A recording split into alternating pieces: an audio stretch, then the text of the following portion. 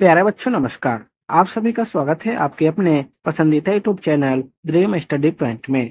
तो आज के इस वीडियो क्लास में बिहार बोर्ड की क्लास 7 के सामाजिक आर्थिक एवं राजनीतिक जीवन के अध्याय 5 है समानता के लिए महिला संघर्ष। तो इसके अभ्यास के सभी प्रश्नों का संपूर्ण हल करने वाले हैं। तो चलते हैं इसके पहले प्रश्न पर। पहला प्रश्न दिया हुआ है, आपके ख्याल से वे काम जिन्हें आमतौर पर पुरुष करते हैं क्या महिलाएं नहीं कर सकती है, और जो काम आमतौर पर महिलाएं करती है क्या पुरुष नहीं कर सकते? चर्चा करें। ऐसे बंटवारा क्यों है? इसका इनके जीवन पर किस तरह का प्रभाव पड़ता है? तो इसका उत्तर होगा नहीं, ऐसा नहीं है कि जो काम आमतौर पर पुरुष करते हैं वे काम महिलाएं नहीं कर सकती। आज के समय में पुरुष जो काम करते हैं वे काम महिलाएं भी करती है। पहले हमारे समाज के लोगों की मानसिकता थी कि महिलाएं घर से बाहर जाकर काम नहीं कर सकती, पर आज ऐसा नहीं है। आज महिलाएं भी घर से बाहर जाकर काम करती है और पैसे कमाती है। आज वे हर क्षेत्र में पुरुषों के कंधे से कंधा मिलाकर कार्य करते हैं। पहले लोगों का ऐसा मानना था कि महिलाएं तकनीकी कार्य नहीं कर सकती है, तो सेना में भर्ती नहीं हो सकती है, पर आज ऐसा नहीं है। महिलाएं भी आज तकनीकी कार्य करती है। वे भी कंप्यूटर इंजीनियर, वैज्ञानिक, मैकेनिकल इंजीनियर बनती हैं और सेना में भी भर्ती होकर ऊंचे पदों पर कार्य करती है। महिला आज राजनीतिक में जाकर देश की बागडोर भी संभाल रही है। इन सबके साथ ही महिलाएं अपने घर और परिवार को भी संभालती है। और लोगों की यह भी सोच गलत है कि जो काम महिलाओं द्वारा किए जाते हैं वो पुरुष नहीं कर सकते। आज पुरुष घरों को संभालते हैं। महिलाओं की तरह पुरुष भी आज खाना बना लेते हैं। हमारे देश के बड़े बड़े होटल और रेस्टोरेंट पुरुषों के द्वारा ही चलाए जाते हैं। एक शेफ के रूप में पुरुषों को समाज में बहुत खास जगह मिली। बहुत से लड़के या पुरुष पढ़ाई या काम के दौरान अपने घर से बाहर रहते हैं और अपने केरल करते हैं और अपने खाना भी बनाते हैं, अपने सारे सामान को संभाल कर रखते हैं और साथ ही अपने काम पर भी पूरा ध्यान देते हैं। ये बंटवारा हमारे समाज द्वारा किया गया है। भगवान ने कामों का बंटवारा नहीं किया है। हमने खुद यह तय किया कि किन कि कौन से काम लड़के करेंगे और कौन कौन से काम लड़की करेगी। इसका प्रभाव उनके जीवन पर यह पड़ता है कि अगर लड़कियों को पढ़ाई नहीं करने दिया जाए तो उनमें योग्यता होने के बावजूद भी वे कुछ नहीं कर पाएगी। और अगर लड़कों को यह कहा जाए कि वे खाना नहीं बना सकते तो ये इच्छा होते हुए भी एक शेफ का जॉब कर सकते। 2 नंबर प्रश्न है, गुड़िया और पूजा क्या चाहती थी और इसे पूरा करने के लिए क्या किया? तो इसका उत्तर होगा गुड़िया और पूजा पढ़ाई करना चाहती थी, पर उनके माता पिता उन्हें पढ़ाना नहीं चाहते थे। इसके लिए एक दिन गुड़िया ने अपने माता पिता का घर में बंद कर 13 किलोमीटर पैदल चलकर उत्प्रेरण केंद्र नोखा और रोहतास चली गई और अपना नामांकन करा लिया। इस बारे में उनके माता पिता को 2 दिन बाद पता चला और वे उसे लाने उत्प्रेरण केंद्र भी गए, पर गुड़िया वापस नहीं आना चाहती थी और आखिरकार गुड़िया के पिता उसके जिद के आगे झुक गए और पढ़ने की अनुमति दे दी। इसी तरह पूजा भी पढ़ाई करना चाहती थी। अपने उम्र के बच्चे को विद्यालय जाते देख उसे भी विद्यालय जाने की इच्छा होती थी और इसके लिए वह अपने घर का सारा काम निपटाकर चोरी छिपे 1 वर्ष तक लगातार मध्य विद्यालय जाती रही और अंत में उसने पुलिस में कार्यरत अपने पिताजी को मना लिया। 3 नंबर प्रश्न है, अपने आसपास से कुछ महिलाओं से बात करके अनुभव लिखो। उन्होंने स्कूल की पढ़ाई कहाँ तक की, किन समस्याओं का सामना करना पड़ा और किस तरह का प्रोत्साहन मिला आदि। तो इसका उत्तर होगा मेरे आसपास में कुछ ऐसे महिलाएं हैं जिन्होंने अपनी पढ़ाई बहुत ही मुश्किल से पूरी की। उन्हें अपनी पढ़ाई पूरी करने के लिए घर से काफी दूर जाना पड़ता था। स्कूल जाने से पहले वे घर का सारा काम करती थी, उसके बाद स्कूल जाती थी और स्कूल से आने के बाद भी घर का काम करने के बाद ही अपनी पढ़ाई कर पाती थी। कुछ तो अपने स्कूल की फीस देने के लिए सिलाई का काम भी करती थी। स्कूल घर से दूर होने के कारण उन्हें पैदल ही स्कूल जाना पड़ता था। परीक्षाओं के समय भी उन्हें घर के कामों से छुट्टी नहीं दी जाती थी। इसलिए वे दिन भर काम करने के बाद रात में जागकर अपनी पढ़ाई करती थी। अपने स्कूल के शिक्षक से अपने सहपाठियों से उन्हें बहुत प्रोत्साहन मिलता था। उनके शिक्षक और सहपाठी पढ़ाई में उनकी बहुत मदद करते थे। कभी-कभी तो उनके स्कूल की फीस उनके मित्रों के द्वारा भर दिया जाता था। उनके मित्र कॉपी किताबों से भी उनकी मदद करते थे और उन्हें हमेशा आगे बढ़ने के लिए प्रोत्साहित करते थे। 4 नंबर प्रश्न है, शाहूबनाथ को बस चालक बनने के लिए कठिनाइयाँ क्यों आई? शिक्षक के साथ चर्चा करें। इसका उत्तर होगा, शाहूबनाथ एक महिला थी, पर उनका शौक था औरों से कुछ अलग काम करने की। इसलिए उन्हें बस चालक बनना पसंद आया। पर महिला होने के कारण बस चालक बनने में उन्हें बहुत कठिनाइयाँ का सामना करना पड़ा। उनके लिए बस चलाना जितना मुश्किल नहीं था, उससे भी ज़्यादा मुश्किल था अधिकारियों को यह विश्वास दिलाना कि वे भी एक बस चालक बन सकती है। पर जब साहूनाथ बस की ड्राइवर की सीट पर बैठती, तो उन्हें देखते ही यात्री बस से नीचे उतर जाते। कुछ यात्री तो टिकट लेने के बावजूद भी उस बस में यात्री नहीं करते थे, जिसे साहूबनाथ द्वारा चलाना होता था। एक बार तो उन्हें चलाए बस में सिर्फ एक ही यात्री ने सफर किया था। एक दिन साहूबनाथ को बहुत रोना भी आया था, पर उन्होंने अपने हिम्मत नहीं हारी और अपने काम में पूरे लगन के साथ लगी रही। फिर धीरे-धीरे यात्रियों ने उनकी ड्राइविंग की प्रशंसा की और फिर वे पूरे आत्मविश्वास के साथ यात्रियों से भरी बसें भी चलाने लगी। 5 नंबर प्रश्न है, पृष्ठ 48 के नीचे बाईं ओर के चित्र में आपको क्या दिख रहा है? क्या आपके इलाके में ऐसी समस्या है?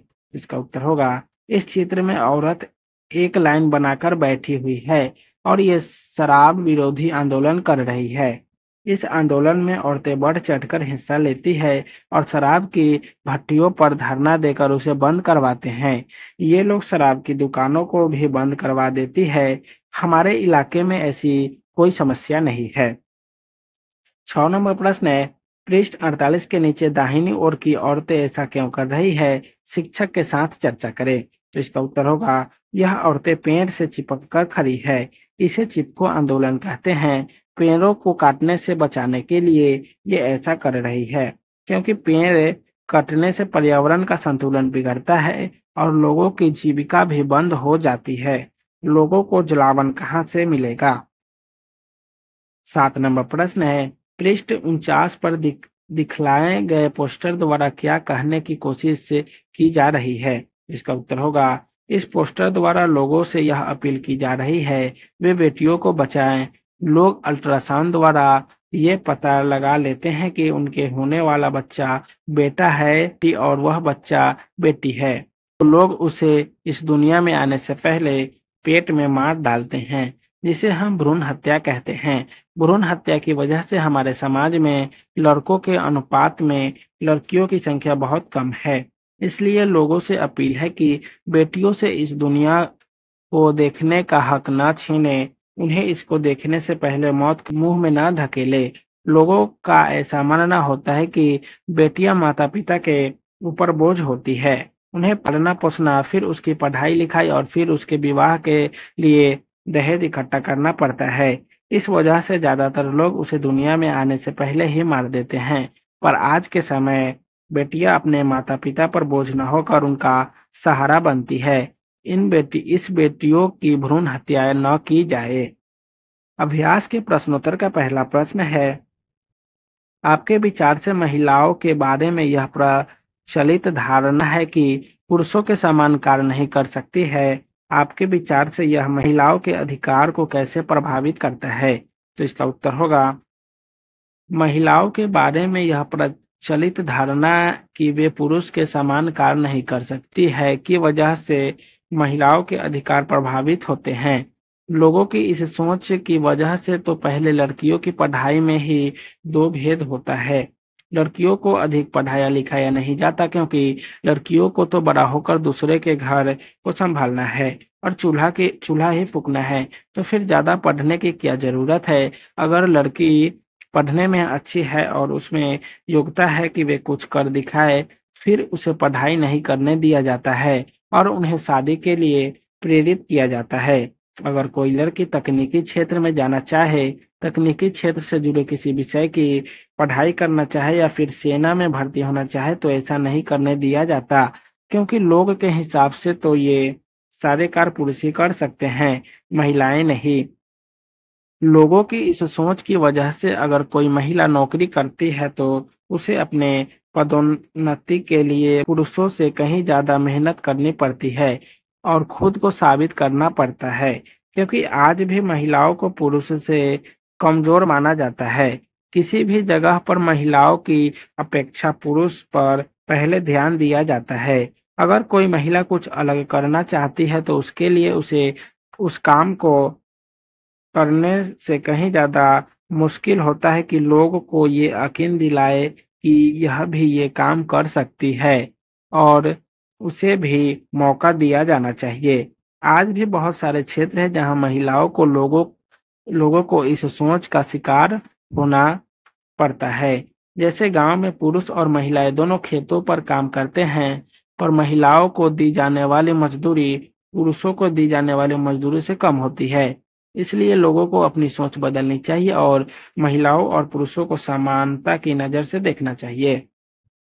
2 नंबर प्रश्न है, महिला आंदोलन द्वारा अपनी स्थिति को मजबूत करने के लिए किन्हीं 2 प्रयासों का उल्लेख करें? तो इसका उत्तर होगा, महिला आंदोलन द्वारा अपनी स्थिति को मजबूत करने के लिए किए गए 2 प्रयासों में दहेज के खिलाफ किया गया आंदोलन और घरेलू हिंसा के खिलाफ आंदोलन शामिल है। दहेज की वजह से औरतें से मारपीट करना, उन्हें जलाना एक आम बात रही है।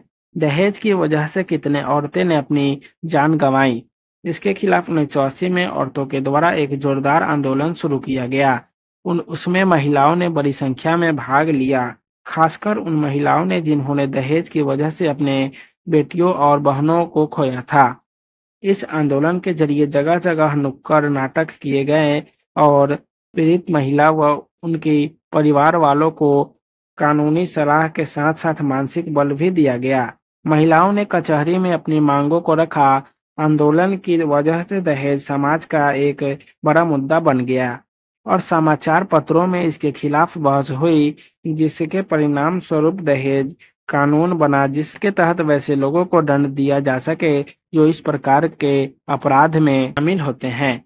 घरेलू हिंसा जैसे महिलाओं के साथ मारपीट, गाली-गलौज और छोटी-छोटी बातों पर उन्हें प्रताड़ित करना एक आम बात हो गई है। यह एक आम बात होने के साथ ही एक गंभीर समस्या भी है। घरेलू हिंसा के तहत महिलाओं को शारीरिक जाति के साथ ही मानसिक क्षति पहुंचाने की कोशिश भी की जाती है।